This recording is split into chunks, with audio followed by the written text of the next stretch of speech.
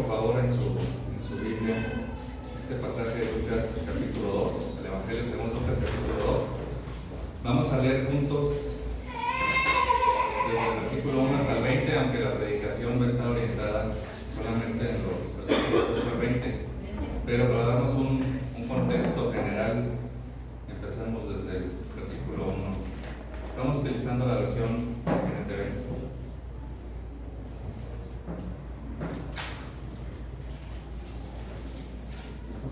Bueno, no sé, uno pensaría que la Navidad es del agrado de todo el mundo, y sin embargo a lo largo de mis años me ha tocado presenciar, me ha tocado conocer personas que no disfrutan de nada de la Navidad, es más, buscan evitarla. Cuando trabajé en plataformas un tiempo en Ciudad del Carmen, pues se entiende que al estar allá te ibas a perder un sinfín de actividades familiares, cumpleaños, graduaciones, bodas, 15 años, y eso incluía también en algunas ocasiones la Navidad y el fin de año. Obviamente estar 3 horas más adentro pues hace que no haya comunicaciones tan sencillas. Obviamente allá no hay señal, no hay torres de Telcel por allá, y el internet estaba sumamente limitado. De una población más o menos en promedio de 90 personas por plataforma, solamente 3 personas tenían acceso al internet, y al celular, como les dije, pues no había señal, y aparte estaban prohibidos subirlos. Entonces cuando llegaba la Navidad, lo que sí teníamos era una especie de teléfono público, que no era nada barato. Entonces, pues imagínense 90 personas queriendo hacer la llamada justamente en esta hora. Era una fila interminable, a veces de horas solamente para hablar 2-3 minutos. Yo trataba de ahorrármelo y hablaba desde la mañana o el otro día, porque realmente era pues estar ahí toda la noche parado.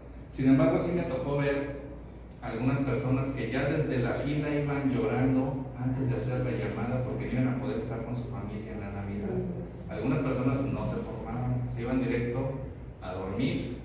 Esa noche en plataformas había una cena especial, bueno, no querían saber ni de la cena, no querían nada que les recordara Navidad, mejor se iban a dormir.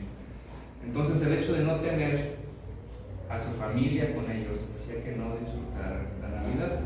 Años después algunos de ustedes conocieron un restaurante que estuve operando, y en ese restaurante pues había comensales frecuentes con los que de repente también pues hacía amistades y pues iban saliendo temas personales.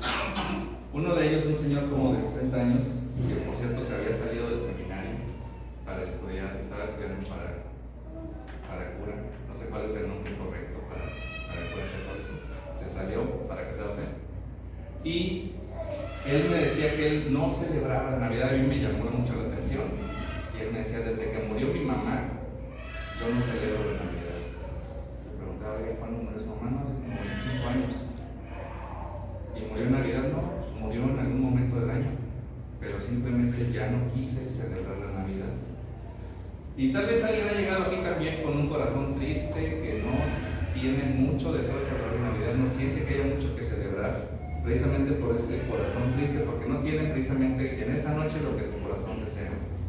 Pero también tenemos el otro extremo, los que ocupan la Navidad para darse vuelo y darle a su corazón todo lo que desean: fiestas, posadas, alcohol, comilonas, regalos extravagantes. Y a lo mejor nosotros decimos, bueno, pues nosotros estamos aquí en la iglesia, ¿no? Nosotros no somos ni de un extremo ni del otro. A nosotros no nos deprimen ni nos da por echar a andar el vuelo a la hilacha. Sin embargo, también pudiera ser que estemos aquí y que tampoco estemos realmente celebrando la Navidad. Por ejemplo, si ustedes iban con unos fariseos de los tiempos bíblicos y les preguntaran, ¿pero usted es un hombre de Dios? Dirían, pues claro, yo desde los 5 años le enseño a mis hijos todo el Pentateuco, que lo memoricen desde los 5 años. Creo que de aquí nadie creo que se lo sepa de memoria. Yo no, ciertamente. O sea, los títulos sí, pero no el contenido. Y aparte, ¿sabes qué? Te diría un fariseo, yo 7 veces al día hago oración, y 3 veces al día me reúno en el templo para meditar la palabra de Dios todos los días. Esa era la vida del fariseo. Obviamente eran hombres de Dios. Pero ¿qué pasó cuando tuvieron a Cristo enfrente? No lo reconocieron. Podemos estar aquí creyendo que estamos celebrando la Navidad y no estamos celebrándola en absoluto. La verdadera Navidad la vamos a encontrar en el pasaje que vamos a leer hoy, de nuevo Lucas 2. Última oportunidad para buscarlo, Lucas 2. Y noten, cuando leamos este pasaje, no vamos a encontrar nada de una cena especial, no vamos a encontrar nada de Santa Claus, no vamos a encontrar nada de regalos entre personas, no vamos a encontrar nada de fiestas, no vamos a encontrar nada de eso, nada de reuniones con los compañeros, etcétera, etcétera. No es que eso sea malo, pero eso no es en sí la Navidad. Esas cosas están o pueden estar alrededor de la Navidad, pero no son en sí la Navidad. Si ya tienen el pasaje, vamos a leerlo de manera alternada. Lucas 2, desde el versículo 1 hasta el versículo 20. Empiezo yo, continúan ustedes, un versículo y un versículo, y nos unimos en el último versículo. Dice la palabra de Dios: en esos días, Augusto, el emperador de Roma, decretó que se hiciera un censo en todo el imperio romano. Este fue el primer censo que se hizo cuando Josué era gobernador de Sicilia. Todos regresaron a los pueblos de sus antepasados a fin de inscribirse para el censo. Como José era descendiente del rey David, tuvo que ir a Belén de Judea, el antiguo hogar de David. Viajó hacia allí desde Nazaret hacia de Galilea. Llevó consigo a María, su prometida, quien estaba embarazada. Y mientras estaban allí, llegó el momento para que naciera el bebé. María dio a luz a su primer hijo varón, lo envolvió en tiras de tela y lo acostó en un pesebre, porque no había alojamiento disponible para ellos. Esta noche había los pastores en los campos cercanos que estaban cuidando sus rebaños de ovejas. De repente apareció entre ellos un ángel del Señor, y el resplandor de la gloria del Señor los rodeó. Los pastores estaban aterrados. Pero el ángel los tranquilizó: no tengan miedo, y dijo: les traigo buenas noticias que darán gran alegría a toda la gente. El Salvador, sí, el Mesías, el Señor, ha nacido hoy en Belén, la ciudad de David. Y lo reconocerán por la siguiente señal: encontrarán a un niño envuelto en tiras de tela, acostado en un pesebre.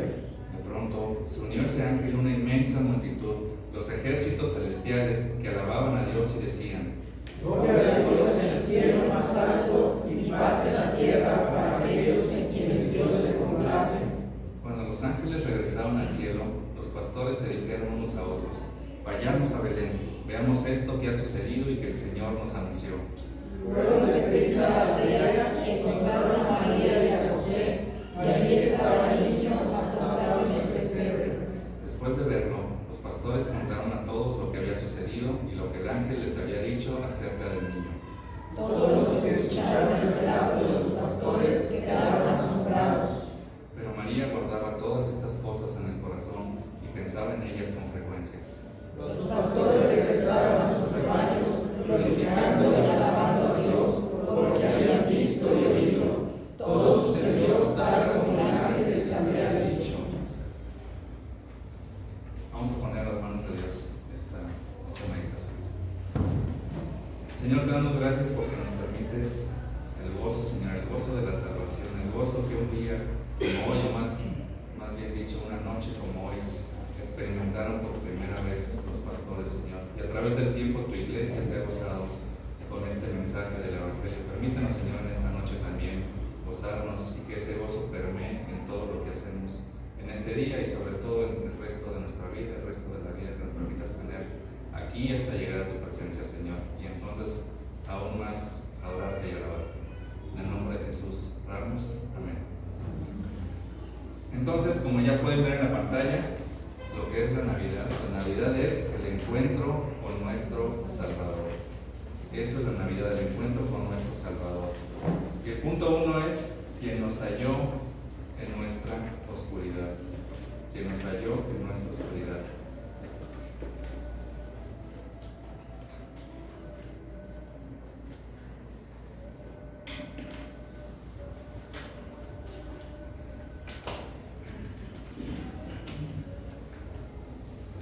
Hay pasajes en la Biblia que cuando uno los lee, echa la mente a volar. Uno quisiera haber estado ahí. Hay otros que no, ¿verdad? No creo creo que alguien aquí que dice, oye, a mí me hubiera gustado estar en el horno, ahí con Sandra, a mí me hubiera gustado eso, ¿no? Con Daniel, con los leones. No, pues obviamente no. Pero en el pasaje de hoy yo creo, sin temor a equivocarme, que muchos de nosotros, cuando lo hemos leído, ponemos a pensar cómo habrá sido ese despliegue celestial de ángeles cantando y adorando a nuestro Señor. Y uno se pregunta, ¿eso era para que lo viera el mundo? ¿Por qué el Señor eligió tan solo a un grupo de pastores para desplegar ese canto? ¿Por qué a los pastores? O sea, no llegó ni al emperador en Roma, no llegó al sumo sacerdote ese espectáculo, no llegó ni siquiera a Abraham, a David, a ninguno de los patriarcas. Ellos solamente se pudieron imaginar por la fe esto que estaba sucediendo. Nadie de ellos pudo hacerlo, ni siquiera contemplar también al Hijo de Dios encarnado. O sea, qué privilegio tuvieron este grupo de pastores. ¿Por qué? ¿Por qué ellos? Uno se puede preguntar. Hermanos, en el tiempo en que se nos relata aquí, había pocas personas que eran tan despreciadas como los pastores. Estaban los publicanos, que eran los recaudadores de impuestos del Imperio Romano, que por cierto eran parte del pueblo judío, o sea, eran vistos como traidores, eran odiados realmente los publicanos. Tenemos a las prostitutas, tenemos a los gentiles obviamente, y tenemos a los pastores. Entre los pastores estaban las personas más despreciadas, y por varias razones. Por cuestiones de su trabajo, era imposible que pudieran seguir los rituales de purificación que normalmente los israelitas tenían que llevar a cabo. Ellos normalmente estaban fuera, no podían ir al templo, no podían descuidar sus rebaños.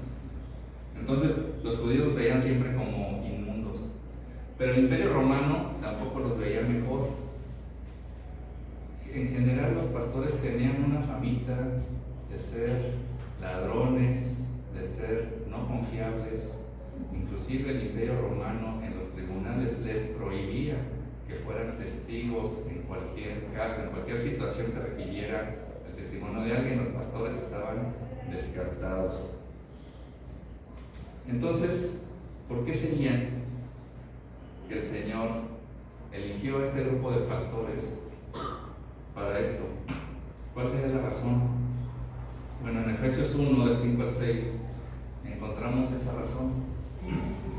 Dice la palabra de Dios ahí: por amor nos predestinó para que por medio de Jesucristo fuéramos adoptados como hijos suyos, según el beneplácito de su voluntad, para alabanza de la gloria de su gracia, con la cual nos hizo aceptos en el amado. Entonces, ¿qué lo motivó? Ahí dice, iniciando por amor. ¿Por qué? Suena un poco cortante y suena raro, ¿no? Decir, pues porque quiso, por el beneplácito de su voluntad, porque quiso, es lo que significa. ¿Y para qué? Para que glorifiquemos la gracia que nos tuvo a todos los que nos predestinó para ser sus hijos en Cristo. Para eso. Hermanos, los pastores no tenían nada para que el Señor los eligiera. Y nosotros tampoco lo tenemos. El que tiene todo es Dios, y el que entrega todo es Dios a quienes no lo merecen. Inclusive, hermanos, esta noche tan oscura que estaba en las afueras de Belén era de cierta manera como un reflejo, un paralelo de lo que estaba en el interior de los pastores. Y no estoy diciendo que estos pastores en particular fueran ladrones o fueran poco confiables, seguramente algunos sí. Lo que estoy diciendo es que ese era el estado de la humanidad caída desde la caída de Adán. Lo que hubiera agarrado el Señor esa noche hubiera estado en las mismas condiciones de oscuridad. Inclusive, siglos antes, Isaías parecía profetizar que ese cambio de la oscuridad a la luz estaba por llegar, como en esa noche. De hecho, ese pasaje lo leímos al iniciar este servicio. Es Isaías 8. Levantarán la mirada al cielo y luego la bajarán a la tierra, pero donde quiera que miren habrá problemas, angustia y una oscura desesperación. Serán lanzados a las tinieblas de afuera. Ese era el estado de la humanidad por siglos y siglos desde la caída de Adán. Ese era el estado de la humanidad. Pero aquí viene una palabra que yo creo que debería hacernos caer de rodillas y emocionarnos, porque aquí hay un punto de quiebre, y es lo que estamos viendo en esa noche estrellada de Belén. Sin embargo, ese tiempo de oscuridad y de desesperación no durará para siempre. El pueblo que camina en oscuridad verá una gran luz. Para aquellas que viven en una tierra de densa oscuridad, brillará una luz. Y esto es precisamente lo que sucede en esta noche. El resplandor de la gloria de Dios se presenta para cambiar el destino de la humanidad. Pero la reacción de los pastores no fue de alegría. Nos dice la palabra de Dios que ellos se aterrorizaron. Y recordemos, hermanos, los pastores no eran personas asustadizas que brincaran de cualquier cosa. El día a día de los pastores era enfrentarse con animales salvajes y alimañas. No sé quién de ustedes alguna vez ha estado frente a una serpiente. A nosotros en Costa Rica alguna vez por un árbol se nos metió una por la ventana a la habitación que compartía con mi hermano. Y no crean que la vimos y dijimos, ven, una mascota más. Nos dio un miedo. Ni siquiera ya ven que luego dicen, no, que si tienen la cabeza así es veneno. No, ¿quién quiere verla? O sea, realmente corrimos. Para los pastores eso era el día a día. Recordemos también a David cuando se presenta ante Saúl para enfrentar a Goliat. Él dice, yo no tengo miedo a ese gigantón. A mí seguido se me aparecían, me brincaban osos, leones y se atacaban al rebaño. Yo los perseguía con mi bastón. Yo los mataba. Yo les abría las quijadas con la mano y liberaba a la presa. Ese era el día a día de los pastores. Entonces sí que dijeran ustedes, ay, van a brincar por un brillo en el cielo. No, realmente era algo impactante lo que ellos presenciaron. La gloria de Dios, y para los que han estado estudiando el libro los domingos, cuando se habla de la santidad de Dios, cuando llega el resplandor de la gloria de Dios, inmediatamente nos muestra quiénes somos. Todo lo más profundo de nuestro ser, nuestra mente, nuestras emociones, nuestros secretos, todo queda desplegado. Y obviamente cuando hacemos esa comparativa entre lo inmundo y lo santo, entre lo sagrado, entre lo celestial y lo terrenal, es de terror, es de terror. Y por eso los pastores se aterraron con justa razón. Y cada vez que un hombre ha tenido ese encuentro con lo divino, no es porque fueran ellos los pastores, donde se hubiera aparecido ese ángel hubiera sucedido lo mismo. Por ejemplo, Daniel, lo vemos en el Antiguo Testamento. Ese pasaje no lo tiene en su hojita, pero tenemos el testimonio de Daniel en pantalla. Cuando en esa situación dice Daniel, solo yo, Daniel, vi esta visión. Los hombres que estaban conmigo no vieron nada, pero de pronto tuvieron mucho miedo y corrieron a esconderse. De modo que quedé allí solo para contemplar tan sorprendente visión. Y aquí viene su testimonio: las fuerzas me abandonaron, mi rostro se volvió mortalmente pálido y me sentí muy débil. Entonces oí que el hombre hablaba y fue peor. Cuando oí el sonido de su voz me desmayé y quedé tendido con el rostro contra el suelo. O sea, Daniel, siendo el concepto que tenemos de Daniel, cayó como un costal de papas de cara, desmayado ante la presencia de lo divino. Y en el Nuevo Testamento tenemos también al apóstol Juan en el capítulo 1 de Apocalipsis. En cuanto se encuentra a Jesucristo glorificado, también cae tendido ante la gloria de Cristo.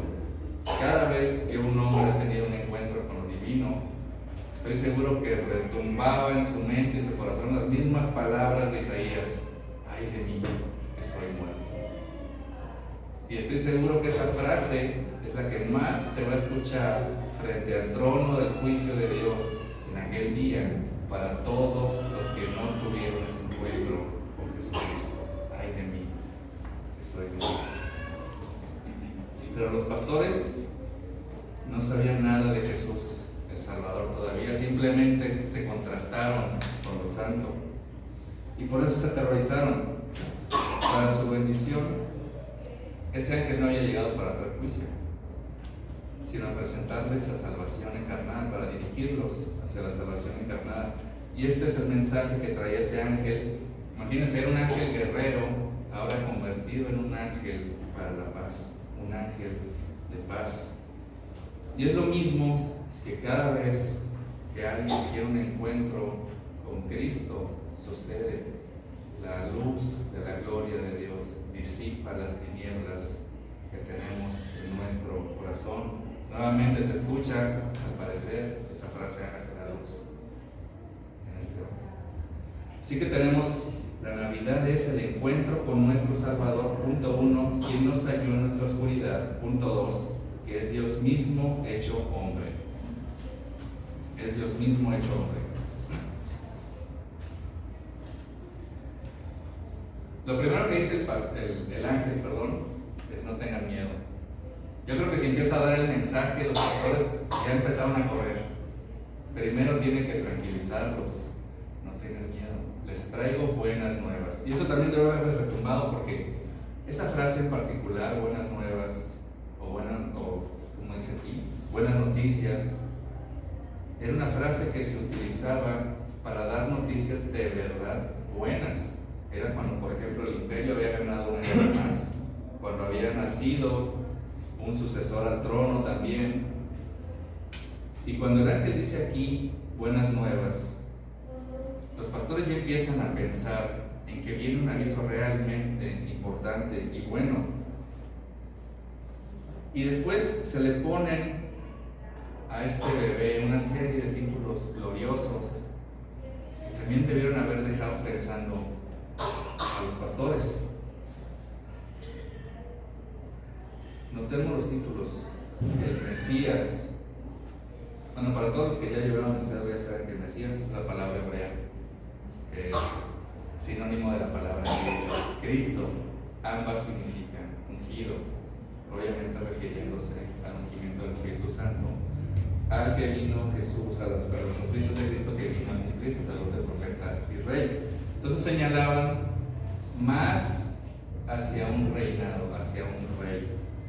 Señor, Mesías, Señor. Señor era el nombre que, cuando vemos los pactos, era el título que generalmente se le ponía a Dios. Entonces, cuando está diciendo ha nacido un Salvador, sí, el Mesías, el Señor, está hablando de un rey, pero no de un rey cualquiera, sino de un rey divino, de Dios mismo. No está diciendo que es un gran mensajero, porque algunos ven al Cristo histórico y dicen: sí, fue un gran mensajero, fue un gran profeta, un revolucionario, etcétera, etcétera. Aquí no está diciendo la Biblia que eso era, está diciendo que era Dios mismo. Estos indican que fue Dios mismo el que vino a cumplir esa profecía. Y como quien no quiere la cosa, no es un título, pero el ángel recalca la misma idea: nacido en la ciudad de David. ¿Por qué no dijo nada más en Belén? ¿No? En la ciudad de David, de nuevo como apuntando a que él era el legítimo heredero del trono de David, como para recordarles a ellos, recordarnos a nosotros, que había nacido ese heredero. Pero también, no solamente había venido para reinar, había nacido con un propósito explícito en su nombre: Jesús. Ese nombre no es como los papás que tardan mucho tiempo eligiendo el nombre de sus hijos. Y si es niño esto, y si es niña esto otro. Y ella vota por este, y él vota por este otro, o estos tres, y a ver qué dice la suegra. No fue así. Este nombre fue revelado a José por un ángel del Señor. José, después de enterarse del embarazo inexplicable de María, está considerando en su piedad abandonarla. ¿Qué iba a pasar con María cuando se enteraran que estaba embarazada? Iban a decir: fue ese José que hasta huyó. Entonces José quiso protegerla y huyó, y estaba pensando en ese plan cuando se aparece un ángel del Señor. Y tenemos este pasaje que tiene en su hojita de Mateo 1:20. Mientras consideraba esa posibilidad, un ángel del Señor se le apareció en un sueño: José, hijo de David. Bueno, aquí hay otro detalle. No va a faltar el que diga: oye, pero José no es su papá. José no es el papá de Jesús, fue María. Bueno, claro, de acuerdo a la tradición judía, de acuerdo a lo que decían las escrituras, siempre el varón era el responsable de la familia. Y siempre vamos a ver las genealogías fulano hijo de Mengano, Mengano hijo de Perengano, siempre nombrando al varón. Pero también es cierto, y lo vemos en la narrativa de Lucas, que María también era descendiente de David. Así que si uno quiere irse por el lado biológico, Jesús era hijo de María y era descendiente de David, heredero del trono. Pero si quiere uno irse de acuerdo a los registros bíblicos, José también era hijo de David. Así que por derecho paterno y materno, él era el heredero del trono de David. Pero regresamos al pasaje de Mateo. Dice el ángel a José: no tengas miedo de recibir a María por esposa, porque el niño que lleva dentro de ella fue concebido por Espíritu Santo, y tendrá un hijo, y lo llamarás Jesús. Jesús, ¿qué significa? Dios salva. Y le vas a poner Jesús porque Él salvará a su pueblo de sus pecados. Así que su mismo nombre señala su misión, ser Salvador. Hermanos, recordemos que siempre se habla mucho del amor del Señor, y es cierto, pero poco se habla de su justicia. Y el Señor no podía tolerar el estado del pecado del hombre y simplemente decir: por amor los voy a perdonar. Dejaría de ser justo. Así que Él envió al Salvador para poner sobre Él su justicia, porque era exactamente la necesidad de la humanidad, un Salvador. Ya habían pasado siglos y generaciones y no había salido un hombre que pudiera ser salvo por obedecer la ley. Tenía que venir Jesucristo, a quien apuntaba ciertamente la ley. Y por eso eran noticias de gran gozo, porque no venía otro profeta, no venía otro sacerdote más, venía Dios mismo, el que sí podía cumplir con la ley, el que sí podía salvar. No el que te va a decir: échale ganas, mira, te voy a enseñar yo cómo y después tú hazlo. No hubiéramos podido. Hubiera sido como si Él hubiera llegado a la puerta y la cerrara atrás de Él, y a quién más iba a entrar. Y lo curioso es que hasta el mismo César, los mismos Césares decían casi siempre, o se consideraban los salvadores del imperio. Inclusive hoy en día muchos políticos se presentan a sí mismos como salvadores de México, salvadores de Estados Unidos, salvadores del Estado, salvadores de algo. Pero Dios deja claro en su palabra que el único que salva es Él. Dice de nuevo Isaías capítulo 45: ¿quién dio a conocer estas cosas desde hace mucho? ¿Cuál de los ídolos alguna vez les dijo que iban a suceder? ¿Acaso no fui yo el Señor?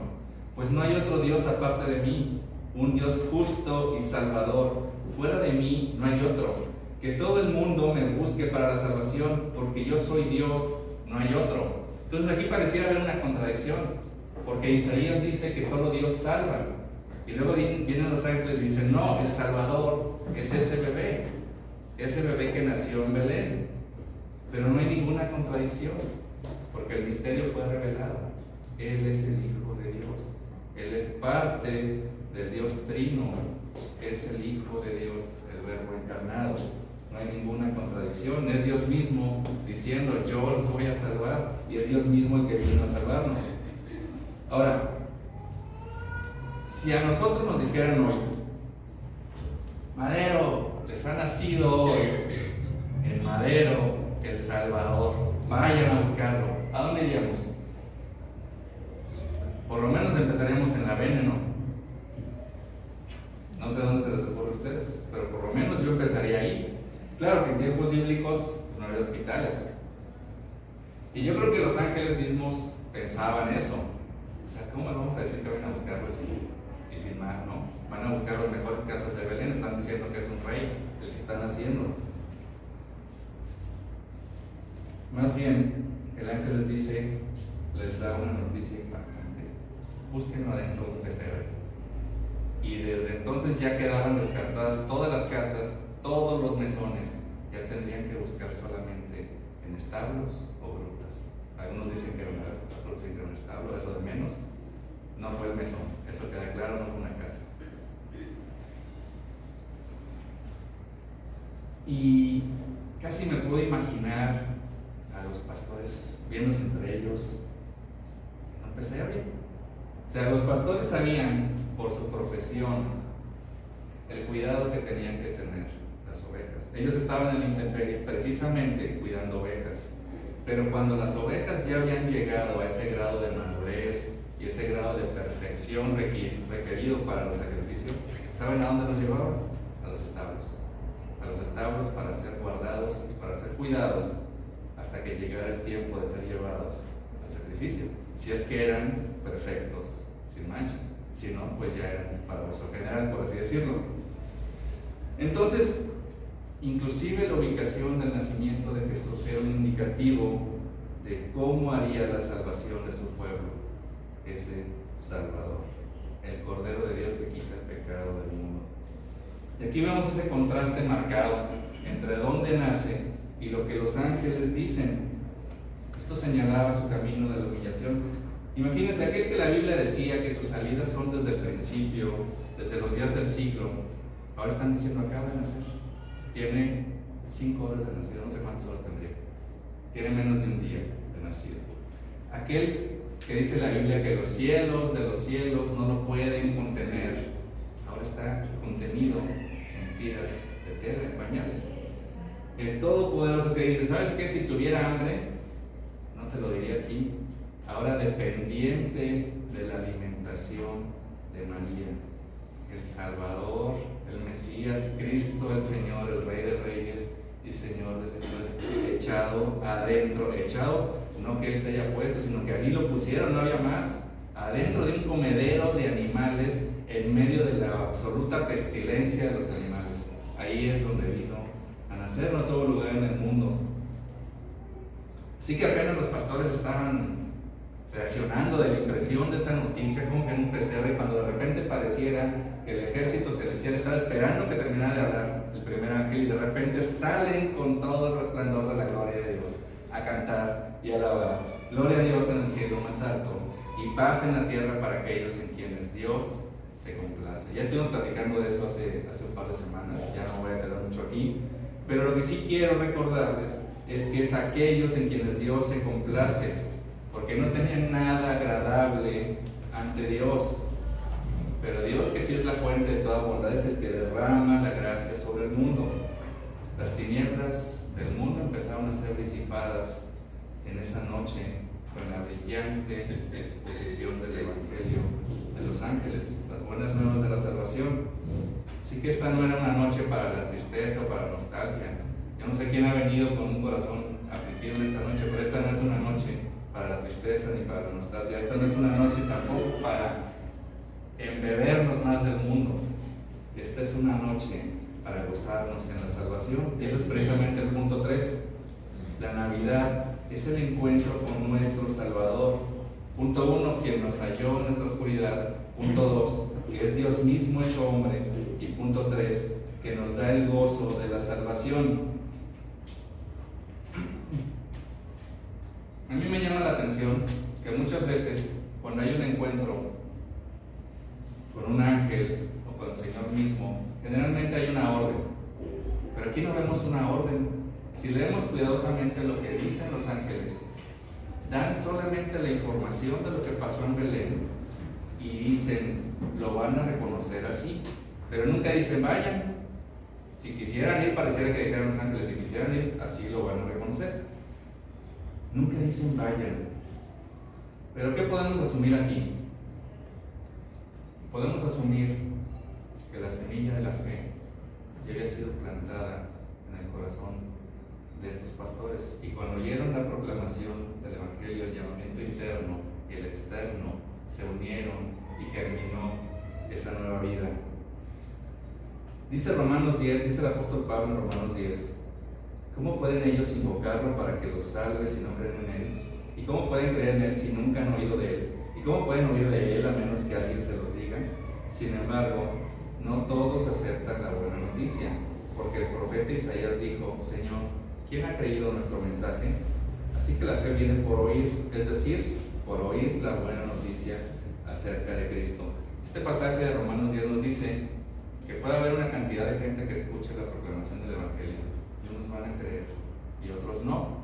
¿De qué va a depender? De lo que vimos en el primer pasaje. Si regresan en su hojita al primer pasaje de Efesios, van a encontrar algo subrayado: predestinado, predestinación. Han sido predestinados a creer y ser salvos. ¿Y cómo sabemos eso? por la reacción de los pastores. Ellos mismos dicen, vayamos todos. No están diciendo, ¿saben qué? Se me hace que no es cierto. Se me hace que es una trampa para que nos roben a nosotros las ovejas. No dice, ¿saben qué? Vayan unos primero y luego, ya que chequen bien, regresan y nos dicen, a ver si es cierto. No dicen eso. Me dicen, ay, qué pena, es que hoy nos tocó trabajar. Bueno, podemos ir. No, ellos dicen, vayamos a Belén, veamos esto que ha sucedido. O sea, ellos ya están seguros de que eso sucedió y por eso quieren ir y que el Señor nos anunció. Ellos no solo no lo dudan, sino que no se lo quieren perder. Y no solo van corriendo. No van así como que, bueno, cuando acabe el turno, vamos. Van corriendo en ese momento. La primera reacción humana de esa revelación angelical fue una fe y una obediencia instantánea. Ellos realmente creyeron, en eso se manifestó su fe. Hermanos, recordemos nuevamente los antecedentes de los pastores. Seguramente nunca les habían permitido entrar a un palacio. Seguramente nunca les habían permitido acercarse a alguien importante. Imagínense que llegan corriendo a Belén y la gente que va a pensar inmediatamente, estos vienen de robar, aguas con las carteras. ¿Quién les va a dar algún santo y seña? Y sin embargo, eso no les importó. Hermanos, los pastores ya estaban acostumbrados a ese desprecio. Los pastores acaban de estar conscientes de su pecado al contrastarse con los ángeles. Se habían comparado a sí mismos, pero también sabían que los ángeles habían sido los que les habían dado a entender que habían sido los recipientes de la gracia, y esa misma gracia, aunque ellos sabían que no se merecían ese honor, ellos sabían que iban a poder encontrar a ese niño, y por lo mismo se acercaron confiadamente a ese primer trono humilde. Dice Juan 6:37, esto lo dirá nuestro Señor unas décadas más adelante: los que el Padre me ha dado vendrán a mí, y jamás los rechazaré, pues he descendido del cielo para hacer la voluntad de Dios quien me envió, no para hacer mi propia voluntad. Pues la voluntad de mi Padre es que todos los que vean a su Hijo y crean en Él tengan vida eterna, y yo los resucitaré en el día final. Y llegaron, el Señor los llevó, los dirigió hasta Cristo Jesús. Los pastores que cuidaban los corderos fueron los primeros en ver a ese cordero que quita el pecado del mundo. ¿Y qué pasó después? Después de verlo, los pastores contaron a todos lo que había sucedido. Y noten el orden: primero tuvieron ese encuentro con Jesús y después le contaron a todos lo que había sucedido. Hermanos, los pastores tenían todas las razones para gozarse por lo que habían visto: el fuego de los ángeles, luego al Hijo de Dios encarnado. Pero luego, si lo pensaban bien, ¿quién nos va a creer tan fantástica historia? ¿Quién nos va a creer? Para empezar, por lo fantástico de la historia, y para terminar, por quiénes eran esos testigos. Si el Imperio Romano los rechazaba como testigos, ¿quién les iba a creer eso? Pero ¿saben qué? A ellos no les importó. A ellos no les importó. Y uno se podría pensar en la practicidad de esa elección. O sea, ¿por qué el Señor eligió a esos testigos tan cuestionables? Pero hermanos, es lo que el Señor hace siempre.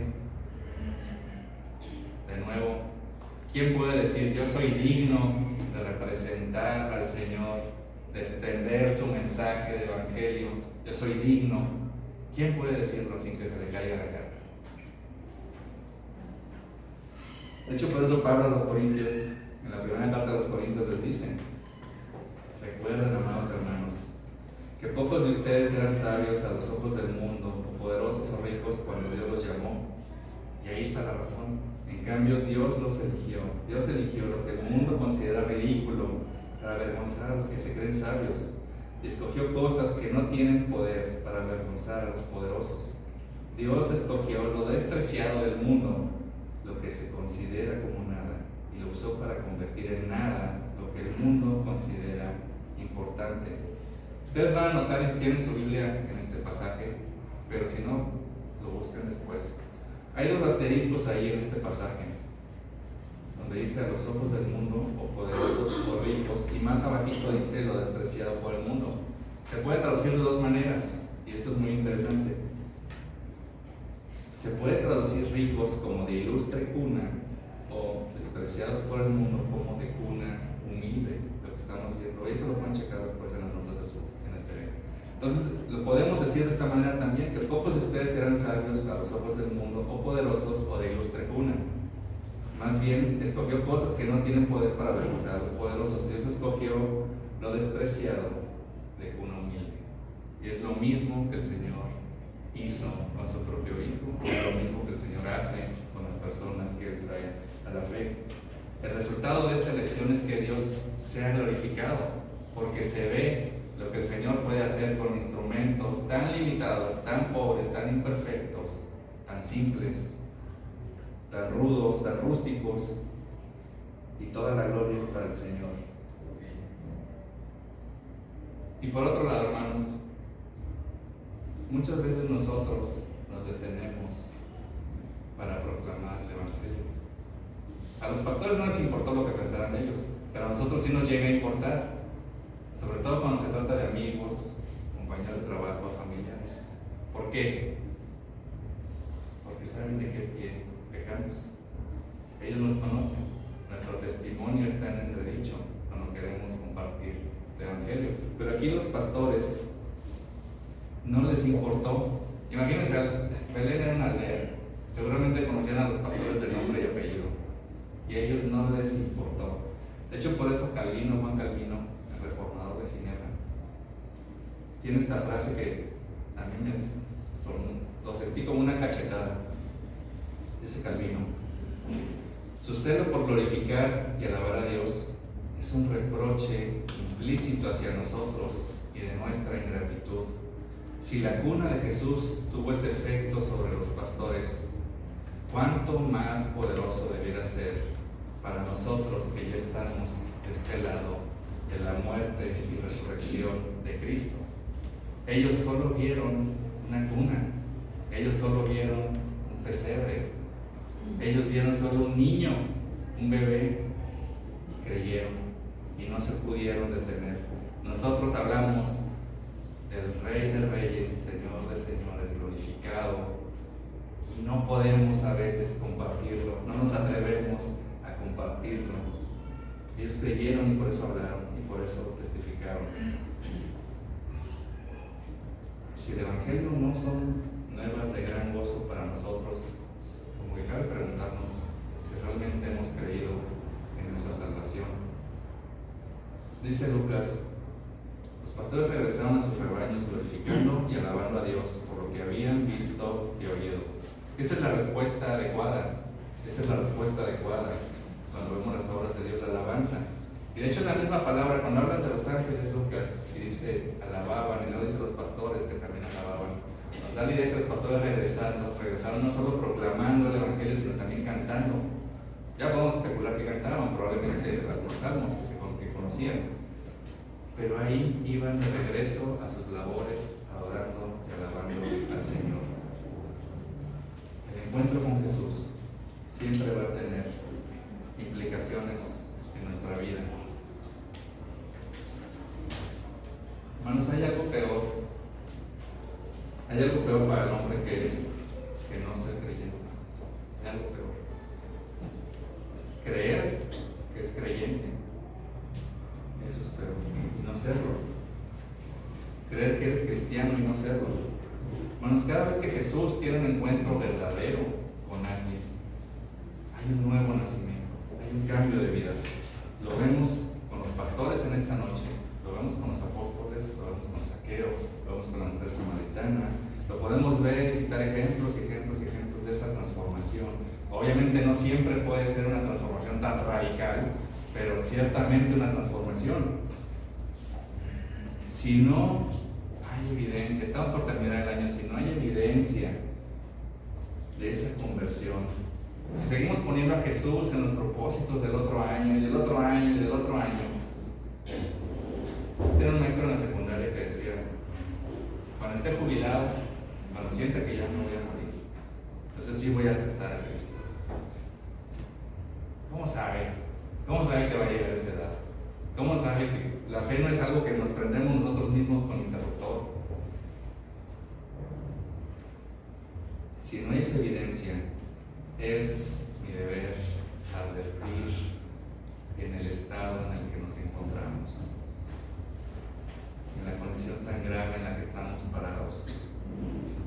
Hoy nuevamente los ángeles están proclamando: gloria a Dios, paz en la tierra, ha nacido el Salvador. Ese canto sigue retumbando.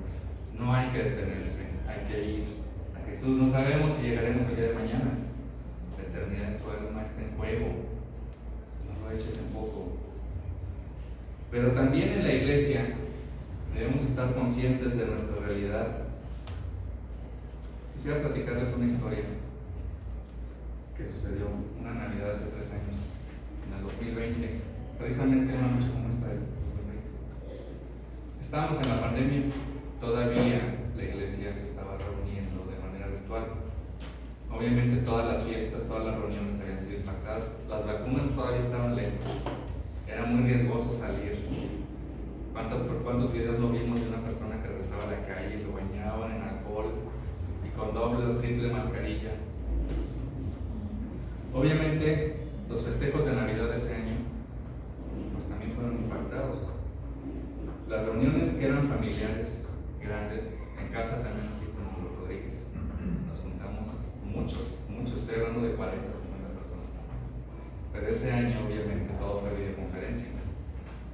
Y cuando platicábamos con una tía, ella se quejaba amargamente porque no todos sus hijos la habían ido a visitar en esa noche o en ese día.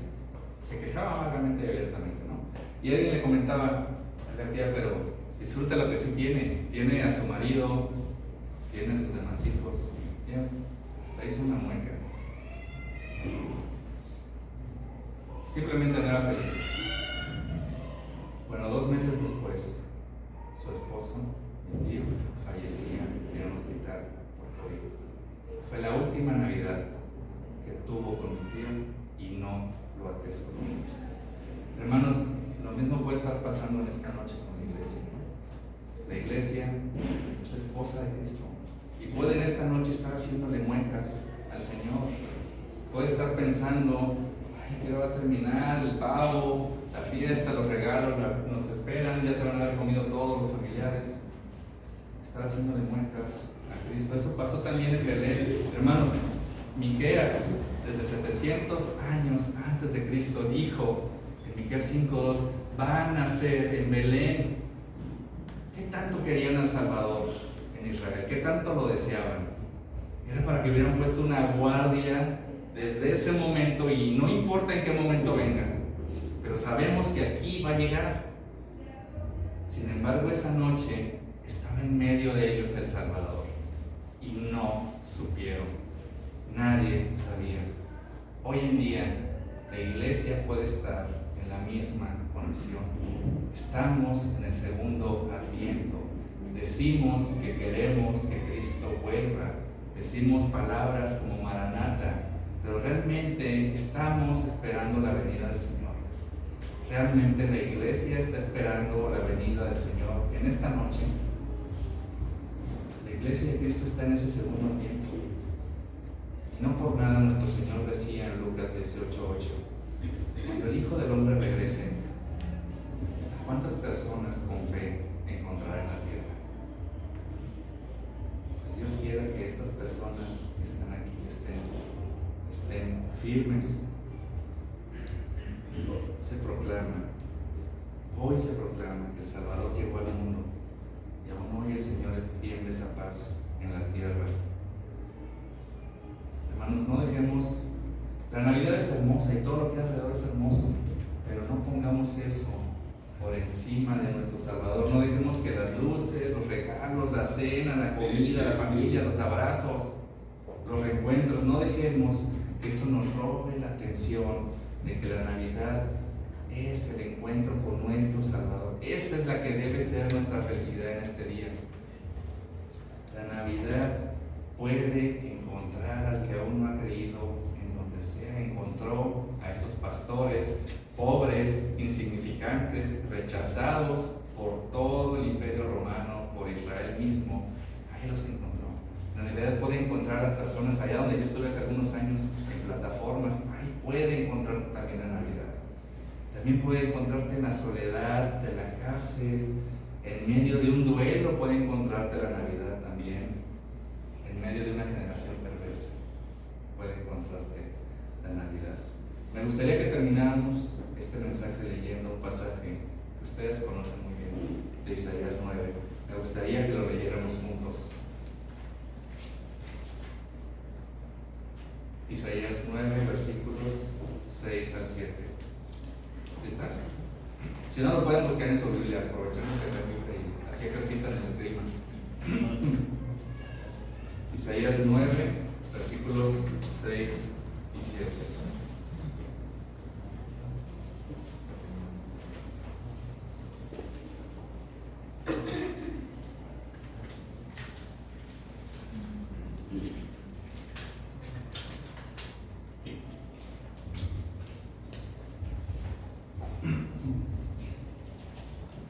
¿Ya lo tenemos?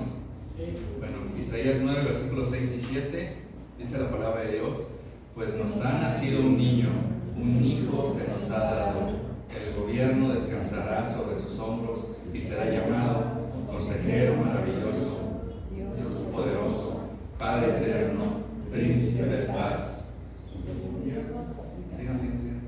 Su gobierno y la paz nunca tendrán fin. Reinará con imparcialidad y justicia desde el trono de su antepasado David por toda la eternidad.